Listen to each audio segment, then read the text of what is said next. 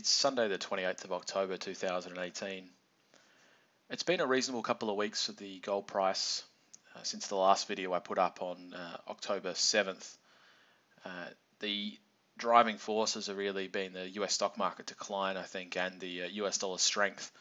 So it's sort of a bit of a tug of war going, because typically gold is not strong with US dollar strength, and and is strong when the stock market declines. And we've had both of those things, so it's kind of a tug of war as to how the gold price is going higher.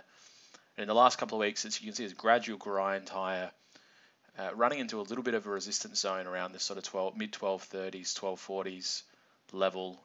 It's failed at 1240 the last couple of days. I'd like to see it make it through there reasonably quickly. Otherwise, another failure, it might, odds are it probably trends back down to this 1220, I think.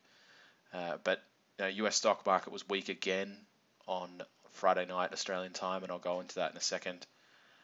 But all in all, it looks like a very good sort of consolidation here for gold, and it's well set up. A nice sort of bullish trend here forming. Hasn't, this one big move up from the lows up to 1220, and it's gradually sort of grinding higher. And I'd like to see it break on through again.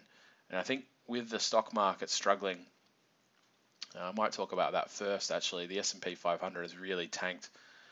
If you go back and look at the video I put up a few weeks ago, I was saying this was extremely similar. Back up here, it looked very similar, and the market action was similar to early February, where we had that massive sell-off in the S&P, and all the sort of same stuff was happening. The bond yields were rising, and it was sort of reaching that point at which the stock market might take notice, and it was just gravitating a little bit there. And then a couple of days after that video, it's really tanked.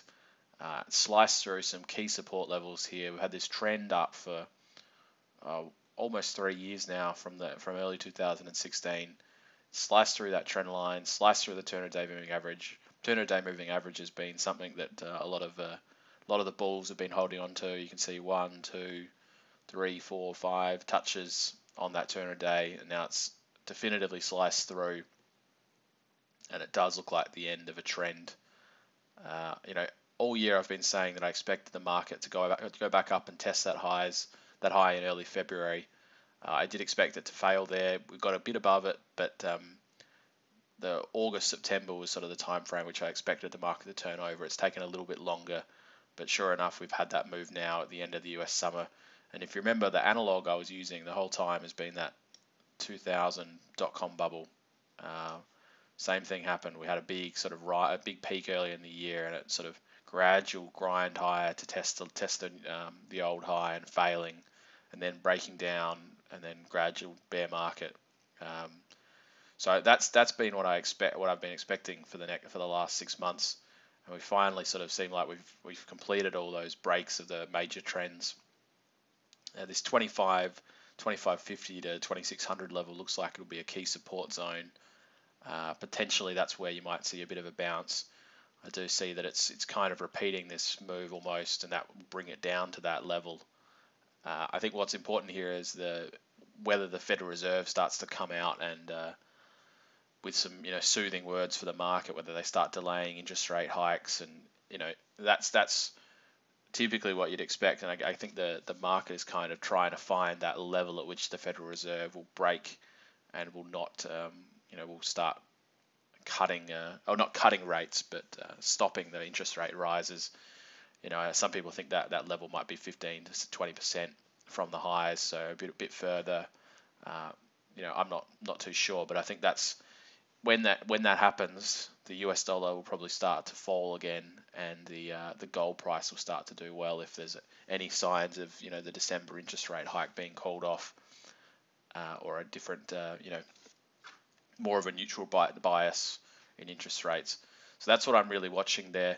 As I said, the dollar index has been grinding higher, and with the US bond yield still relatively good, and some of the other markets still struggling around the world. A lot of the other currencies are weaker than the US dollar, so the US dollar is doing well in this environment, which means that gold in US dollars is struggling to really take off, but still gradually grinding higher. So I think that's what, if the market senses that the interest rate hikes are stopping, or at least the process is slowing down, that will potentially put some weakness into the US dollar, and I think will be good for gold. I mean, that's typically been a pattern. The S&P is really, I want to talk about some of the other S&P charts, or the basis of that, and that's the Nasdaq's really been the thing. The Nasdaq type stocks, the big tech stocks, have been driving this market. And if you look back, a few of the videos done in the last 3 or 4 months, we've seen gradually those names that have the breadth of the market, fewer and fewer stocks driving it higher, and a lot of those are really cracking in the last 2 weeks. So Facebook was one that cracked earlier in the year with a massive drop in August or late July, that is, after a first sort of drop in March on some of those hearings with Zuckerberg before the US Senate. And it's really tanked here, and it's back down to sort of with retraced 18 months worth of its rise, and it looks under extreme pressure. And Netflix was the other one that tanked earlier in the year and has been breaking down ever since. So it's made the highs in mid June and July, and then has broken down past the 200-day moving average now and looks under real pressure. The only 2 or 3 stocks that have really been holding the market up are Google, which is Class A. That's just holding up a little bit. It's a little bit better. It's broken down, but it doesn't have that full. It's only down sort of 15 to 20% from its highs, rather than Facebook and Netflix, which are down sort of 30%, 40%. So that's holding up okay. You can see here there's some extreme volume coming in on Friday into some of these stocks. So I'm not sure if that's a sign of maybe a little bit of support emerging.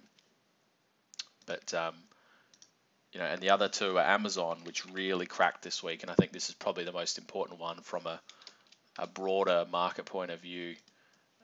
Amazon was the one that everyone has been following for the last 12 months. The stock's up more than 100% to the highs, and it's really cracked in the last couple of weeks, down from 2050 and struggling to hold on to that 200-day moving average, and at about 1650. So that had a weak guidance number, as did Google. The last man standing, I think now, is Apple,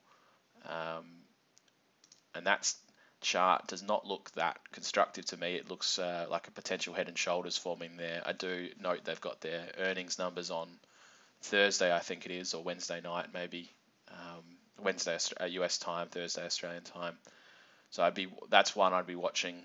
If there's a weak number there, this is kind of the last major name that's going to be able to pull the market higher, I think. And if that really cracked, it had a bad earnings number. The stock is up probably about 30% this year, I think. It's up from about 170 to 216. Yeah, so it's almost 30% higher on the year. And I think there's a real potential that this breaks down. Maybe even if it's not this number, not this quarter, I think soon that the market's going to maybe start to question their sort of growth prospects and iPhone sales, and if there's a trend emerging of iPhone sort of sales not being as strong as has been hoped. It only takes that sort of those guidance breaks to really whack some of these stocks. I know some of the other ones, stocks like Nvidia, which is another smaller one that's been sort of a bellwether of the tech sector, has been really crunched lower the last couple of weeks, down about 30%. And these are clear trend breaks here. This isn't, if anyone says this is a buy the dip, this is clearly a bigger move in a lot of these stocks and had been the case in the last 3 years when the Nasdaq's really gone nuts. So I think that's important to note, that these stocks don't look like they're coming back anytime soon, and we really are turning into a full-on bear market. And even since the high in February, it's only been these big tech names that have really been pulling the market higher. There hasn't been a lot of widespread strength in the mid-cap S&P stocks and the sort of broader economy. So that's what I'd note. And I think the S&P is going to be under pressure for a while yet. I don't see a crisis situation developing, but as I said, like the 2001 period is a good analog to what's happening now, I think, and that was a relatively mild recession in the US. But it wasn't the full-on crash that we saw in 2008, where everyone pulling their money out at the same time. I think this is going to be a sort of a steady decline. I don't know how long it's going to be, but I think all the factors are there for a decline for the foreseeable future, for the market to be under pressure. And US stocks are heavily overvalued compared to world markets, so I think there's going to be some money starting to flow out of the US after the extreme run up it's had relative to everything else. The currency, the Australian dollar, has been doing pretty poorly again, struggling to bounce. As I said, that just bring up the chart there. So it's back up to sort of, I think it had a bit of a nice close on Friday. I'm not sure if this is, I know that it sort of went up about 0.5 cent in the last half hour of trade, I think on Friday night Australian time. So I'm not sure if that'll reverse. But it can't bounce. It's struggling with that US dollar strength. Australian market seems to be really weak. I might actually do a separate chart on some of the ASX 200 and its constituents. But Australian market's really struggling here. Australian currency's under big pressure. There's a few worries starting to emerge about China. I think the Chinese index is down sort of 30% in the last 18 months. So, there's nothing here that says the Australian market's going to bounce and the Australian dollar's going to bounce. I think all those sort of fundamentals are still weak for the Australian dollar. If we saw the Federal Reserve sort of stop raising rates, or talk about they're going to slow the pace of raising, potentially that might put a bit of a boost under the Australian dollar. But as I said, my thesis for probably the last 18 months in these videos has been the Australian dollar will start to trade on its own fundamentals rather than just being the anti-US dollar in that pair. And what I mean by that is that typically I think we're not trading on our own economy, and some of the underlying debt fundamentals of the Australian economy are not great. And with the housing market starting to tip over, maybe that starts to come to the fore. But that's sort of the longer term play here. But in the short term, I see no real signs of a bounce for the Australian dollar. And obviously that's been good for the gold price in Australian dollars. That's holding let's bring up the chart there. It's back up to into the trend that I've been following here for the last couple of years. So it's closed up about 1740 on Friday night. And I think that it was trading at the higher levels for most of that, except for that 0.5 cent move in the Australian dollar right at the end of the session. So it's back up to near sort of 18-month highs at this level. It hasn't traded in this range for a long time.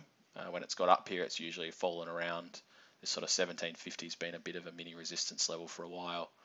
But I think we're now reaching a point where it might have sustained strength above that 1750 zone and goes higher again. So that sort of feeds into the mid-cap gold miners. And I think in the last video I did on those 3 weeks ago, I talked about how they were looking at good value now, and they've had a lot of those stocks are up 20% plus in the last couple of weeks, like Evolution and St. Barbara. So I think that's still the trading Australian dollar weakness and general sort of movement into US dollar gold, and that should translate into a much stronger Australian dollar gold price. And I don't see any reason to change that sort of tune unless there's a extreme change in sort of the currency sentiment. That looks like the right trade, and so that's how I see things. And I think we really are at a critical moment here where the market looks like it's turning over. US markets, the US stock market, been holding up for a while, but just cracking some of those underlying big names are really starting to crack, and they've had such extreme run-ups now that there's a long way down. Stocks like Amazon up 100% in a year. Even if it falls 30-40%, it's probably still at extremely high valuations. So there's a lot of hot money there that I think will be flowing out, and that's going to put pressure on the US indices for the foreseeable future, probably till at least the end of the year.